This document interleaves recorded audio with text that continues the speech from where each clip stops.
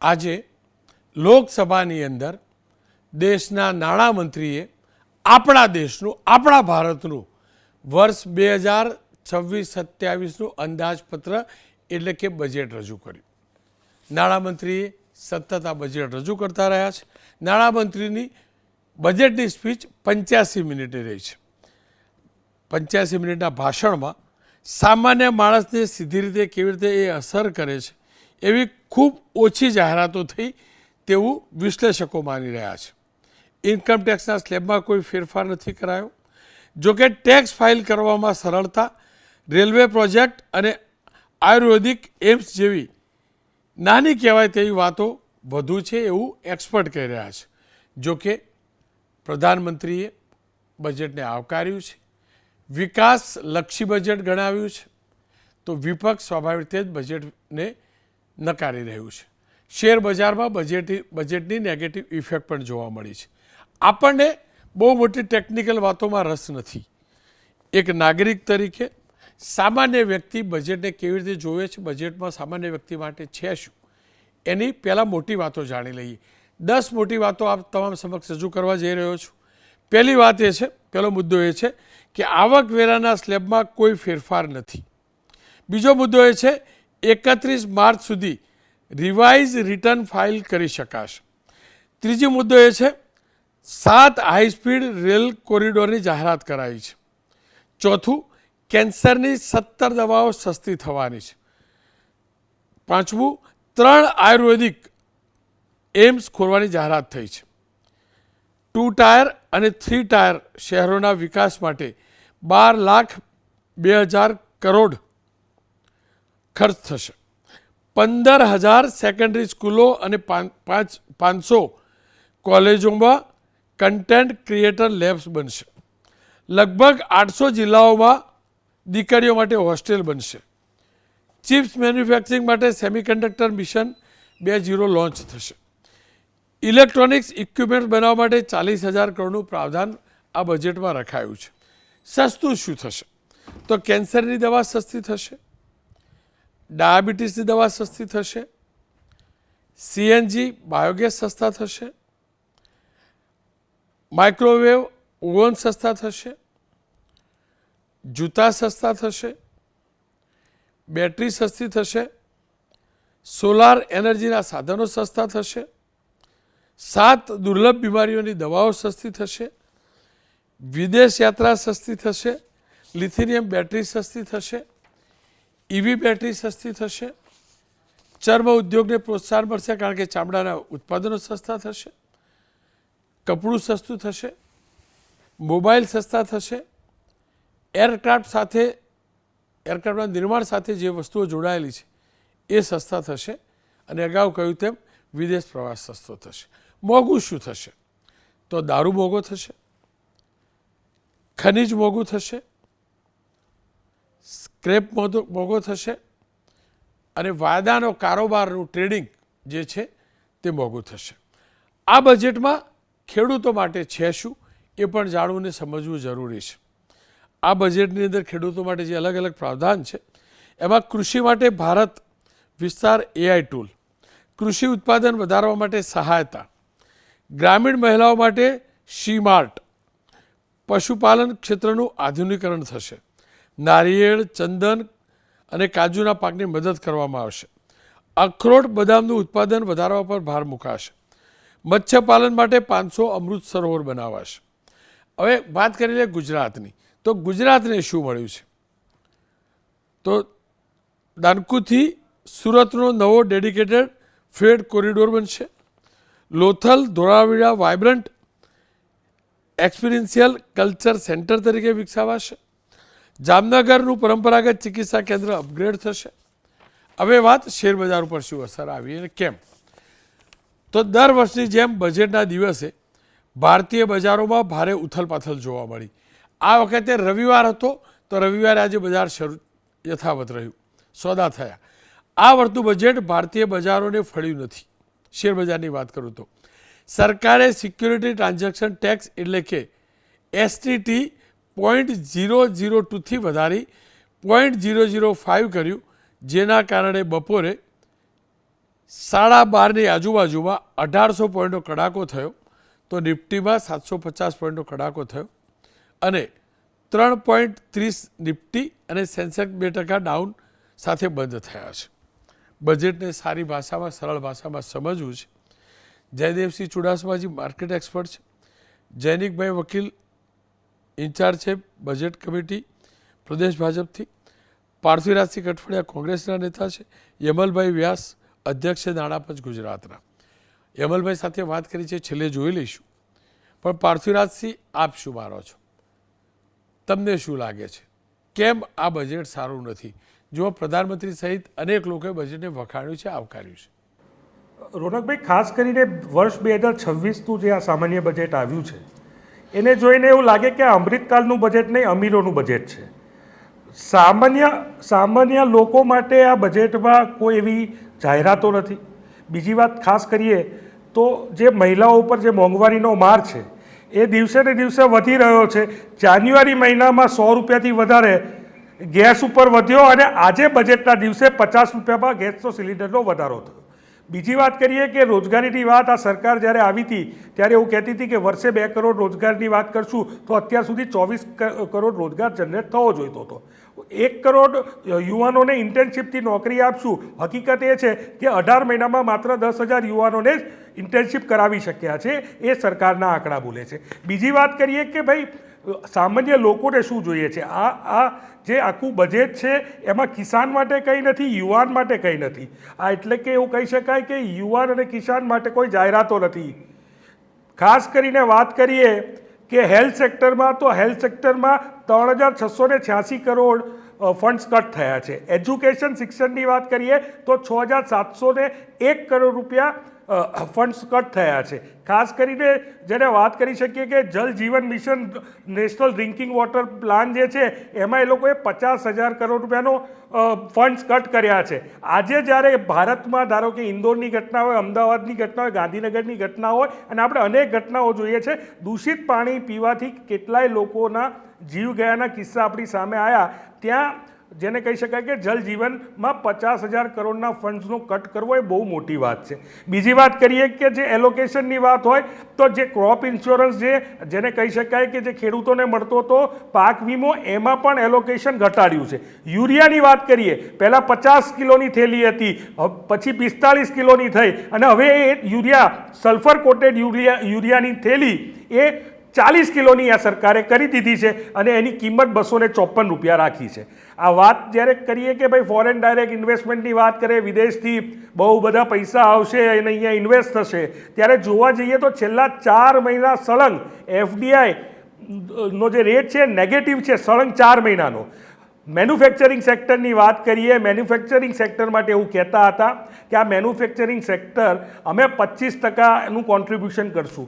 પ્રશ્ન આવીને એ ઊભો થઈ ગયો છે કે આ સરકારમાં 12.8%નું કોન્ટ્રીબ્યુશન છે, જે યુપીએની સરકાર કરતાં પણ 2% નીચે જતું રહ્યું છે. એટલે કે ક્યાંક ને ક્યાંક જે મેન્યુફેક્ચરિંગ સેક્ટરો જે નોકરી આપતા હતા, જેને કહી શકાય કે યુવાનો માટે રોજગારી પૂરી પાડતા હતા, ત્યાં ક્યાંક ને ક્યાંક આ બજેટમાં સંપૂર્ણ નિરાશા અને સંપૂર્ણ નિષ્ફળતા જોવા મળે છે. ચોક્કસપણે આ જે બજેટ છે એમાં SC ST OBCની પણ વાત કરીએ તો એમની પણ જે યોજનાઓ છે એમાં પણ ખૂબ મોટા પ્રમાણમાં ફંડ્સને કટ કરવામાં આવ્યા છે. એ પછી PM અનુસૂચિત જાતિ અભ્યુદય યોજનામાં 890 કરોડ હોય, PM યંગ અચીવર સ્કોલરશિપ હોય for OBC, EBC and DNT એમાં 690 કરોડ હોય, પોસ્ટ મેટ્રિક SC સ્કોલરશિપ હોય 360 કરોડ હોય, PM આવાસ યોજના મકાનો આપવાની સરકાર બહુ જાહેરાત કરતી હતી, એમાં પણ 3200 કરોડ રૂપિયાના ફંડ્સને કટ કરવામાં આવ્યા છે. ખેડૂત એગ્રીકલ્ચરમાં જોવા જઈએ તો 6,985 કરોડ ફંડ્સ ઓછા કરવામાં આવ્યા છે. આપણે ગામડાઓના વિકાસની વાત કરીએ, રૂરલ ડેવલપમેન્ટની, તો રૂરલ ડેવલપમેન્ટમાં 53,067 કરોડ રૂપિયા ફંડ્સ કટ કરવામાં આવ્યા છે. આવી રીતે જો સામાન્ય લોકોને અસર કરતા આરોગ્ય વિભાગ હોય, હેલ્થ વિભાગ, આરોગ્ય વિભાગ હોય, શિક્ષણ વિભાગ હોય, એગ્રીકલ્ચર હોય, સોશિયલ વેરફેર હોય, રૂરલ ડેવલપમેન્ટ, આમાં ફંડ કટ કરી અને ક્યાંક ને ક્યાંક પોતાના ડેફિસિટને ઓછું, ફિસ્કલ ડેફિસિટને ઓછું કરવાનો માત્ર ને માત્ર સરકાર એક દેખાડો કરી રહી છે. જૈનિકભાઈ સ્પષ્ટપણે જી, આ ભારતની જનતા, ભારતના સામાન્ય નાગરિકોના બિલકુલ નિરાશ કરે તેવું બજેટ છે. જૈનિકભાઈ, કેમ કોંગ્રેસના આવા સૂર ઉઠી રહ્યા છે, આંકડા સાથે સૂર ઉઠાવી રહ્યા છે, અને એક નાગરિક તરીકે સાંભળો ને, એક કરદાતા તરીકે એમની જે કોમન બજેટ આયા પહેલાની જે કોંગ્રેસની સ્પીચ હોય એ પ્રમાણે બોલી ગયા, પરંતુ આ બજેટને હું 53.5 લાખ કરોડનું એક બજેટ છે, અને આ બજેટમાં 3-4 ખૂબ ઇકોનોમિક દ્રષ્ટિએ ઇમ્પોર્ટન્ટ વસ્તુ છે. એક તો જે કોવિડ વખતે જે ફિસ્કલ ડેફિસિટ 9% જેટલી હતી તે ઘટીને ગઈ સાલ 4.4 અને અત્યારે 4.3%. એ ખૂબ મોટી વાત છે. સાથે સાથે ઇન્ફ્લેશન પણ જે 2%ની અંદર લગભગ 1.3% જેટલું, એ પણ ખૂબ મોટી વાત છે. એટલે આને ગોલ્ડી લોક પોઝિશન કહેવાય છે. અને અત્યારના ભારતની ઇકોનોમી જે રોબસ્ટ, વર્લ્ડમાં સૌથી રોબસ્ટ ઇકોનોમી છે તે ઇકોનોમી પ્રમાણેનું આ એક બજેટ છે. આ બજેટમાં ખૂબ મોટી જાહેરાતો કરવામાં આવી છે, જેમાં સમાજના બધા વર્ગોને સમાવી લેવામાં આવ્યા છે. ખાસ કરીને જે આ ટેરિફ, ટ્રમ્પ ટેરિફને કારણે જે પરિસ્થિતિ થઈ હતી 50% ટેરિફ પછી, તો એ ખૂબ મોટી વાત છે. અને જીએસટીમાં 2 રિફોર્મ્સ પણ ઓલરેડી આવી ગયા છે. તો આના કારણે ઇન્કમ ટેક્સમાં બીજી કોઈ જાહેરાતનું કોઈ એક્સપેક્ટેશન પણ નહોતું. આ ઉપરાંત માનનીય નાણામંત્રીશ્રીએ ઓરેન્જ ઇકોનોમીની વાત કરી. ઓરેન્જ ઇકોનોમીમાં ખાસ કરીને જે ઓડિયો વિઝ્યુઅલ ગેમિંગ, તો આ બધી વસ્તુમાં 15,000 સ્કૂલને 500 કોલેજીસમાં આને પ્રમોટ કરવામાં આવશે, અને લગભગ 20 લાખ જેટલું એમ્પ્લોયમેન્ટ જનરેટ થશે. આ ઉપરાંત જે સ્ટુડન્ટ વિદેશ ભણવા જતા હતા એમના માટે TCS એ ખૂબ મોટો ઇસ્યુ હતો, જેને કારણે એમની લિક્વિડિટી બ્લોક થઈ જતી હતી. તો એ TCS 5% ઘટાડીને 2% કરવામાં આવ્યું છે.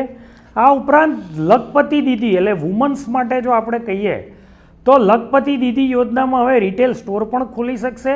અને આ ઉપરાંત દરેક જિલ્લામાં એ હોસ્ટેલ, લેડીઝ હોસ્ટેલ બનાવવાની વાત કરી.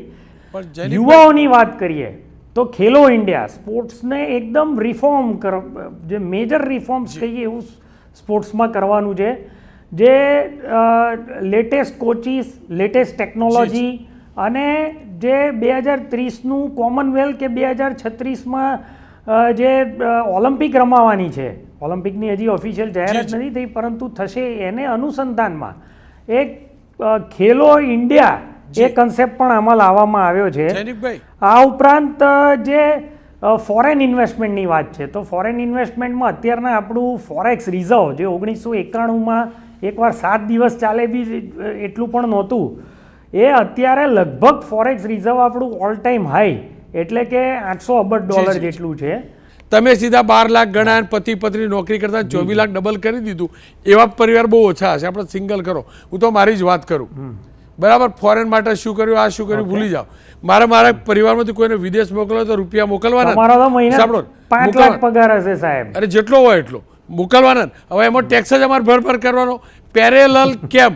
પેરેલલ કેમ ઇન્કમ ટેક્સના સ્લેબમાં ફેરફાર ના થાય સાહેબ? ગઈ વખત રોનકભાઈ, ગઈ વખતે જે તમે ઓવરઓલ આખું 2013માં ટેક્સનો સ્લેબ શું હતો એ આપને ખ્યાલ છે? 2.5 લાખ રૂપિયા. સાહેબ 2013માં ડોલરનો ભાવ શું હતો? 2000 ડોલરનો ભાવ શું હતો? 2013માં ડોલરનો ભાવ શું હતો? આજે વાત કરું તમને. 2013માં સોનાનો ભાવ શું હતો? આજે આપણે ક્યાં સાહેબ ડોલરમાં કમાવાનું છે? આપણે અહીંયા રૂપિયામાં કમાવાનું. જો મારા એક અલગ વિષય છે રોનકભાઈ, એક છે, હું કહું તમને બધું અલગ. સાંભળો એક સેકન્ડ, ચલો ભૂલી જાઓ ડોલર. એક સેકન્ડ સાંભળો તો ખરા મારા કાકા. 2013માં કોઈ વ્યક્તિ નોકરી લાગ્યો, એનો પગાર જે હતો, સાહેબ હું તો તમારાથી નાનો છું, એમાં મારા મોટા ભાઈ છો, એમાંથી જે પણ સોનું ચાંદી ખરીદતો હતો, હાલ કેટલો ભાવ પહોંચ્યો ને સાહેબ?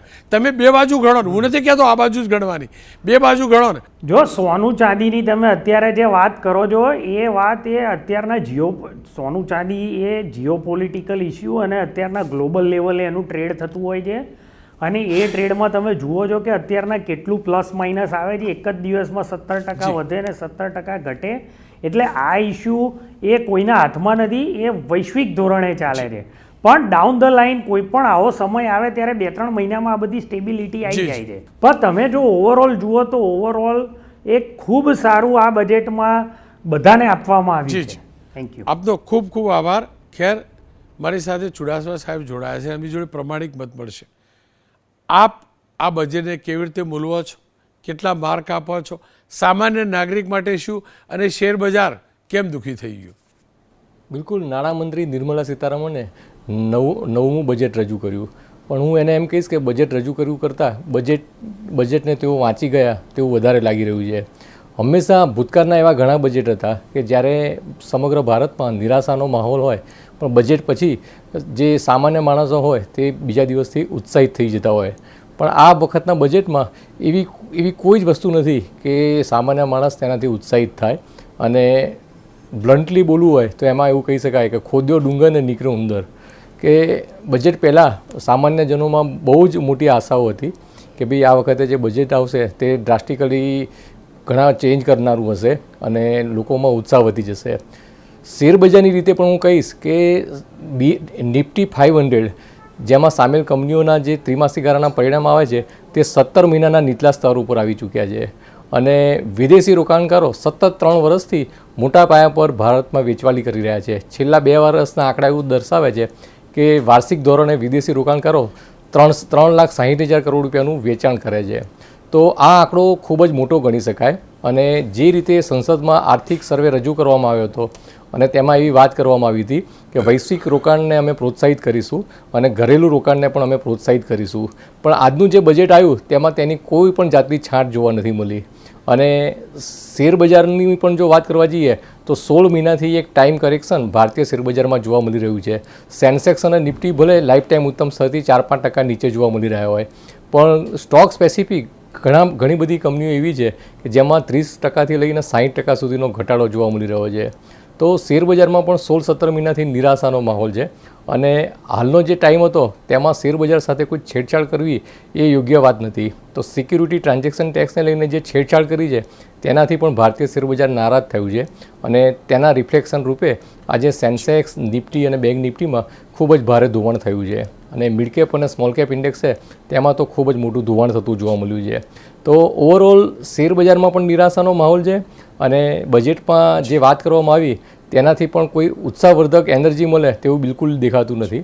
બજેટમાં વાતો ભલે આવી કે ભાઈ મેડિકલ ટુરિઝમને અમે પ્રોત્સાહિત કરીશું, મેન્યુફેક્ચરિંગ લેવલે, ડેટા સેન્ટર લેવલે અમે સપોર્ટ કરીશું, એ બધી ઘણી બધી નાની વાતો છે અને લાંબાથી મધ્યમ ગાળે તેની અસર જોવા મળશે. આવતીકાલથી જ તેમાં કોઈ ઇફેક્ટ જોવા મળે તેવી શક્યતા પ્રમાણમાં ખૂબ જ નહીવત છે. તો અત્યારે જે બજેટ આવ્યું તેનાથી ટૂંકા ગાળે કોઈ ઉત્સાહ જોવા મળે તેવી કોઈ શક્યતા દેખાતી નથી.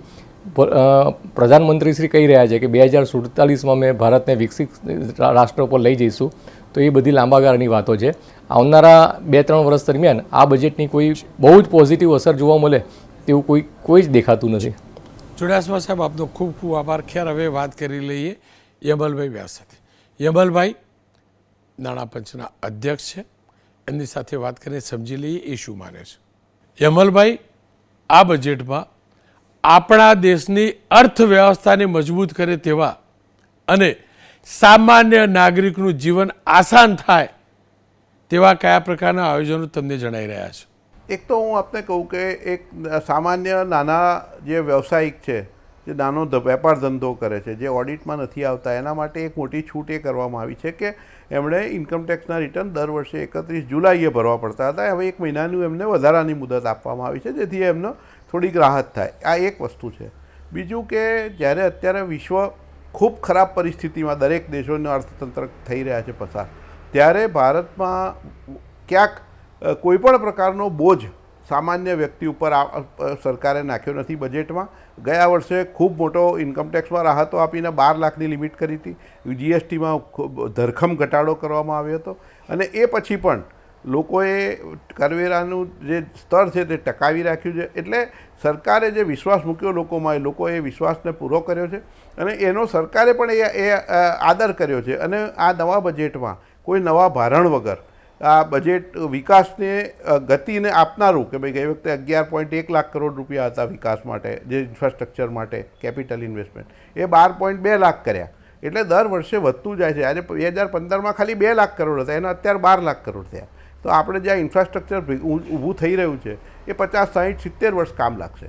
તો આ સામાન્ય લોકોને પોતાના જે નાગરિકોને સુવિધા પણ વધતી જાય છે. એટલે આ નાગરિકો માટે કુલ મળીને પ્રધાનમંત્રીએ જે પ્રકારનું આયોજન કર્યું છે મને એવું લાગે છે કે 2047માં વિકસિત ભારતનું લક્ષ્ય જે છે એમાં લોકોની આ જીવન ધોરણ સારું થાય, જીવન સરળ બને, એની પણ ચિંતા આ બજેટમાં કરવામાં આવી છે. યમલભાઈ, જીએસટીના દરો ઓછા થયા હતા પહેલાં, પણ જે પ્રમાણિક ટેક્સ પેયર છે, ખાસ કરીને નોકરિયાત અમારા જેવો મધ્યમવર્ગીય ટેક્સ પેયર છે, એ હવે સરકાર પાસે અપેક્ષા રાખતો હોય, પણ શું કારણ રહ્યું કે એ અપેક્ષા પર પાણી ફરી વળ્યું? ટેક્સના સ્લેબમાં કોઈ ફેરફાર ના કરાયો, ઇન્કમ ટેક્સના દરમાં કોઈ ફેરફાર ન કરાયો. અમને શું ફાયદો સામાન્ય ટેક્સ પેયરને? હું એવું માનું છું રૌનકભાઈ કે કદાચ જે ગઈ વખતે આટલો મોટો વધારો કરવામાં આવ્યો હતો મર્યાદામાં, એ પછી સરકાર પણ થોડોક 2-3 વર્ષ રાહ જોશે, કારણ કે સરકારને પણ એનો હિસાબ મેળવવાનો હોય છે અને લોકોએ પ્રતિસાદ પણ સારો આપે છે. અર્થતંત્ર વિકાસ કરી રહ્યું છે એટલે લોકોની આવક વધી છે એટલે ટેક્સ પણ વધ્યો છે. પરંતુ હું માનું છું કે હજુ આ વર્ષ કે કદાચ આવતા વર્ષ સુધી રાહ જોઈએ અને સરકાર 3-4 વર્ષમાં એની ટર્મના વધારે છૂટછાટો જાહેર કરે એવી મારી આ એક વ્યક્તિગત અપેક્ષા છે. યમલભાઈ, મારા ગુજરાતની મહિલા, મારા ગુજરાતના ખેડૂતને આ બજેટમાંથી શું ફાયદો, કયા એવા આયોજનો કરાયા છે જેના કારણે મારા ગુજરાતનો ખેડૂત બે પાદળે થાય, સાથે જ ગુજરાતનો અને દેશનો જે લઘુ ઉદ્યોગ છે તેના માટે આ બજેટમાં શું દેખાઈ રહ્યું છે? એમાં એવું છે કે ગુજરાતમાં મુખ્ય જે ઉદ્યોગો છે અથવા તો ગુજરાતમાં જે વ્યવસાય, જો એગ્રીકલ્ચર માટે તો કુલ મળીને ખૂબ બધી નાના નાના મુદ્દા છે જેની ચિંતા કરવામાં આવી છે અને ખેડૂતોને ગુજરાત સરકાર પણ ખૂબ જ જ્યારે પણ કંઈ આપત્તિ આવે ત્યારે મદદરૂપ થાય છે અને એમને વધારે સારી રીતે ખેતી કરી શકે, એમના પોષણક્ષમ ભાવ મળે એ માટેની સતત પ્રયત્ન કરતી જ હોય છે. પણ જે કેન્દ્ર સરકારના પરવ્યુમાં છે કે વધુ ફાળવણી કરવી, તો એક સરકારે કર્યું છે. વધુ સુવિધા થાય, નાના મોટા પ્રશ્નો હોય દૂર થાય, એના માટે પણ ચિંતા કરી છે.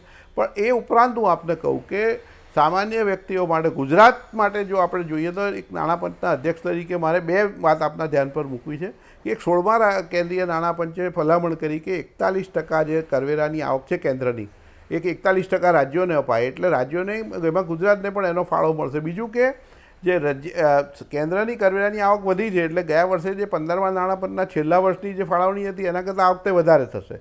એટલે ગુજરાતને વિકાસ માટે, ખાસ કરીને ગ્રામીણ સંસ્થાઓ, ગ્રામ પંચાયત, તાલુકા પંચાયત, જિલ્લા પંચાયત, આ બધાને વિકાસ માટે ખૂબ નાણાં મળશે વધારે વિપુલ પ્રમાણમાં, જે સીધો એનો ઉપયોગ થશે નાણાં પંચની ગ્રાન્ટ. અને બીજો જે ફાયદો થશે, ગુજરાતમાં હમણાં 9 મ્યુનિસિપલ કોર્પોરેશન બનાવવામાં આવ્યા છે. આ મ્યુનિસિપલ કોર્પોરેશનોને વિકાસ માટે ઇન્ફ્રાસ્ટ્રક્ચર ઊભું કરવા ખૂબ નાણાંની જરૂર પડશે. તો એ માટે એ પબ્લિક પાસેથી સીધા બોન્ડ ઇસ્યુ કરીને નાણાં ઊભા કરે તો એમને આર્થિક ઇન્સેન્ટિવ ખૂબ મોટો જાહેર કર્યો છે કેન્દ્ર સરકારે. 100 કરોડ 200 કરોડના જો એ બોન્ડ ઇસ્યુ કરે તો એમને ઘણા બધા પૈસા સરકાર આપશે. તો આના કારણે મને એવું લાગે છે કે આ 2 વસ્તુઓથી ગુજરાતના ગામડા અને શહેરોના વિકાસની ગતિને સીધો ફાયદો થશે. યમલભાઈ, આપનો ખૂબ ખૂબ આભાર. બજેટને અલગ અલગ લોકો અલગ અલગ રીતે મૂલવે છે. સ્વાભાવિક રીતે શાસક પક્ષ માટે એમના કહેવા પ્રમાણે આ બજેટ આવકારદાયક છે, વિકાસલક્ષી છે. વિપક્ષ એનો વિરોધ કરે, અર્થશાસ્ત્રીઓ પોતાની રીતે મૂલવે છે. આપણને તેટલી ખબર પડે દેશનું બજેટ આપણા ખિસ્સા ઉપર અસર કરે છે.